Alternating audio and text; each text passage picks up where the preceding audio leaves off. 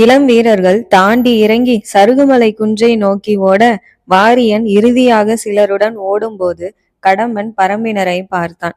அவர்களை தாக்குங்கள் என்று கடம்பன் உத்தரவிட்டதும் குதிரைகள் சீறி பாய்ந்தன.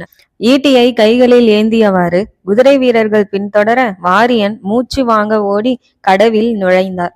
ஓடும்போதே எதற்காக பாரி இறங்கச் சொன்னான் என்று நினைத்தவருக்கு இடப்புற பிளவை நோக்கி வருமாறு காடைக்குடியினரின் ஓசை கேட்க இயன்ற வரையில் வேகமாக ஓடினார்.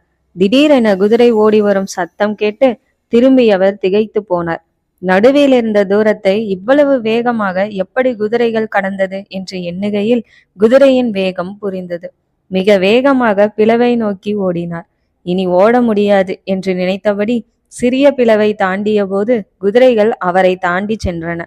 அதிர்ச்சியுடன் குதிரைகளை பார்த்தபோது வீரர்கள் எவரும் இல்லாததை கண்ட வாரியன் திரும்பி பார்க்க பொடவின் இருபுறத்தில் இருந்தும் விற்படை வீரர்கள் அம்புகளை எய்து அனைத்து வீரர்களையும் வீழ்த்துவதை கண்டார். வாரியன் பெரிதாக மூச்சிரைத்தபடி நிற்க முடியன் சிரித்தபடி வந்தான். என்ன ஆயிற்று? ஏன் பின்வாங்குகிறோம்? முடியன் குதிரைகளை நோக்கி கையை காட்டினான். அனைத்து குதிரைகளும் பரம்பினுடையதாம், பாரி கூறிவிட்டான் என்று சிரிக்க வாரியனுக்கும் புரிந்தது. மூச்சிரைக்க அவரும் சிரித்தார்.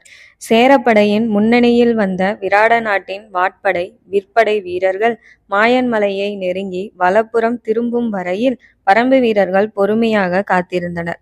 அதற்கடுத்து சேரனின் குதிரைப்படை நெருங்கியவுடன் மாயன்மலை மீதிருந்த காடைக்குடி வீரன் ஒலி எழுப்பினான். அடுத்த கணம் மாயன்மலையின் இரு புறங்களில் இருந்தும் வெளிப்பட்ட பரம்பு வீரர்கள் சேரப்படையை நோக்கி முன்னேறி அம்பெய்ய துவங்கினர். கடம்பன் உத்தரவிட்டதும் சேரர்களின் விற்படை பதில் தாக்குதலை துவங்கியது.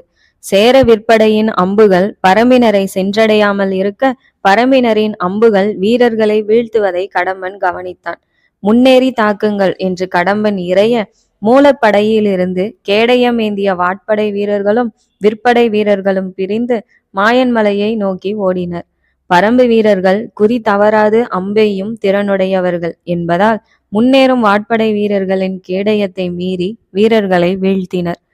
சேர விற்படையினரால் ஒரு பரம்பு வீரனை கூட வீழ்த்த முடியாததை கவனித்த கடம்பன் குதிரை வீரர்களின் இரு பிரிவை அனுப்பினான். குதிரைகள் மண்ணை சிதைத்து எகிரி பாய பரம்பினர் சிதறியோடினர். குதிரை படையை பின்தொடர்ந்து சேர வாட்படையின் ஏராளமான வீரர்களும் ஓடி வந்தனர். மிக வேகமாக குதிரை வீரர்கள் நெருங்க பரம்பு வீரர்கள் மாயன்மலையின் இரு புறங்களிலும் பின்னேறி சென்றார்கள்.